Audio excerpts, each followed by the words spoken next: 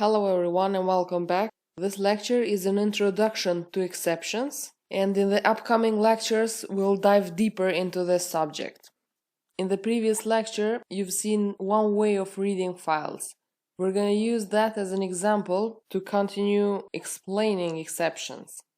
So now I'm going to create a variable of type file, as we did in the previous lecture, and I'm going to set it equal to new file. And to the constructor of file, I will pass a name of the file that I want to deal with. So let's say here example.txt.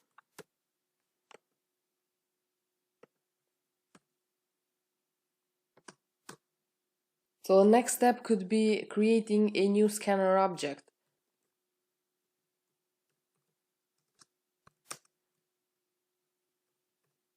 And here to the constructor of scanner, I'm going to pass the file variable that we've just created. Now you can see two error icons, and we'll try fixing that with Ctrl-Shift-O by adding the import statements. So here are the import statements. But you can see that Java is still complaining, and if we hover over this error icon, you can see the type of the error that we've got. The first one says that read file is never closed, and we'll deal with that later. But for this lecture, the important thing is that we've got an unhandled exception. That's type file not found exception. And if we click over the error icon, you see two ways of dealing with this problem. The first one is adding throws declaration, and the other one is around with try and catch statement. So first we'll explain the add throws declaration. By clicking it, this throws file not found exception is added to the main method. So exceptions are just ordinary objects, except that they are derived from exception class and you use them in a particular way. So bear in mind that we have not defined this file example.txt anywhere, so this will for sure throw us an exception. And if we run this code, you will see the red text that appears in the console. So whenever you see red text in the console, you should scroll up to the first statement and you should read it from the top line down. So this is called a stack trace. And if we take a look to the first line, you can see exception in thread main. So this exception is coming from the main method, and it's java.io file not found exception type. So it's telling the type of the exception. Then you'll see further explanation of your specific exception. So here the system cannot find the file specified. So example.txt is not found because we have not defined it, so it actually doesn't exist. And if you read down at the bottom line, you can see application.java:11. So application.java is the class that we've created, and if we look down, the line 11, it's where the exception is coming from. So if we read the line 11, it's where something went wrong. So in a nutshell, we think of this method as it encounters an error and reacts to that error by throwing out an object, and that object is an exception. And the execution of my program has stopped to that point. The exception is thrown out of the main method, and that is possible because it has this throw file not found exception added to the header of my method. And when an exception is thrown out of the main method, you get a red text like this, which is called stack trace, and tells you what the problem is. Now let's take a look at another way of handling exceptions. So I'm going to create a new package, and I'm going to say example1, and I'm going to put this class into this package. Then I'm going to create another package. I'm going to call it example2. I'm going to get rid of the stack trace. And then here I'm going to create another class that I'll call application as well, and I'm gonna add a public void main method to this class as well.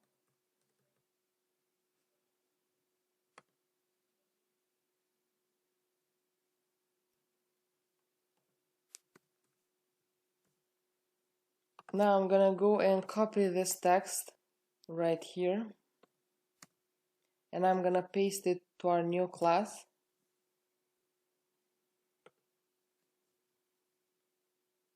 And we're gonna take a look at the second option of handling exception, which is surround with try and catch. And this whole thing here is called try and catch block. And what this do is it says try to read this code, and if that throws an exception, go to the catch statement. And as a result, if this code throws an exception, we'll immediately go to the catch block. And the lines after scanner class won't be executed if this line throws an exception. So it will immediately jump to the catch block. But if it doesn't throw an exception, of course it will continue reading the code after the scanner class, line by line, as it usually does. And what we're doing here is that we're not throwing an exception out of main method. We're trying to catch it and handle it. And the catch block is where you put code which is executed after exception is caught. And the default here is e.printStackTrace. And the exception is declared right here.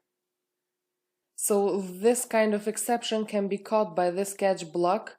If we run this, it's gonna print the stack trace, which looks similar to what we just did. So it again tells you that the example.txt cannot be found. But if we go here and define this file, then the exception won't be thrown. If we say here example.txt, and if we try to run the code again, then we won't have an exception. So now the file is found, and an exception is only thrown if something goes wrong or if an error condition arises. And I'll just delete this again. And here you don't have to print the stack trace. By default it's here and it's very handy. However, you can put here another explanation. For example, a sysout statement. For example, let's do here a sysout statement. And I'm gonna say file not found. Plus, I'm gonna put here the variable file. And I'm gonna convert it into a string. So this should work fine. If I run this, it says file not found example.txt. So you can handle an exception any way you like. So remember that if we had another line in here, if we say hello there, this line will not be executed. It will jump straight out to the catch block. So again, it will be the same output as before we created this statement. However, after you've caught the exception, you can then continue and write code normally. So if we say here sysout, so if we run this, now this is going to be read and will be displayed in the console, as you can see here. And now you can continue with the program and write the rest of the code without any problem. And there is one last example that I want to show you in this lecture. And I'm going to create a new method. I'm going to get rid of the try and catch block.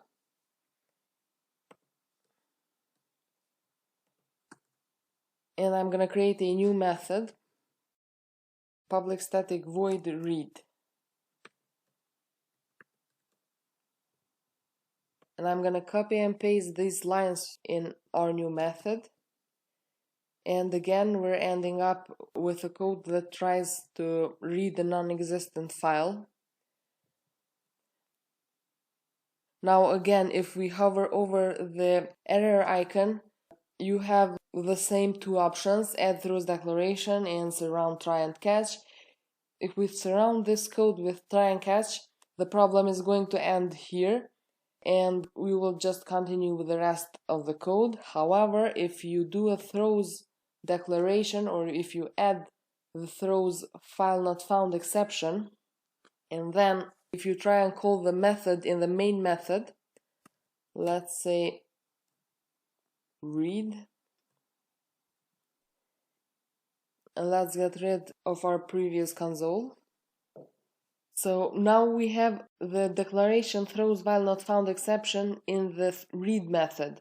However, now we have an error in main which says unhandled exception, file not found exception.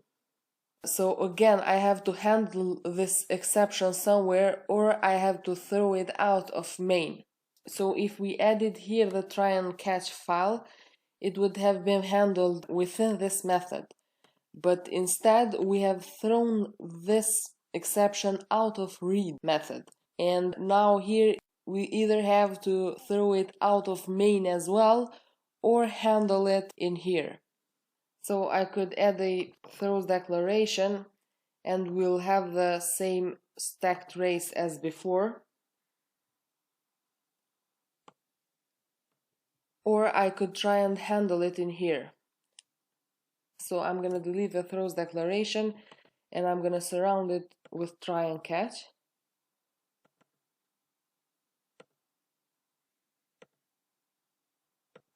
Here again I can put a sysout statement. And again I can say file not found.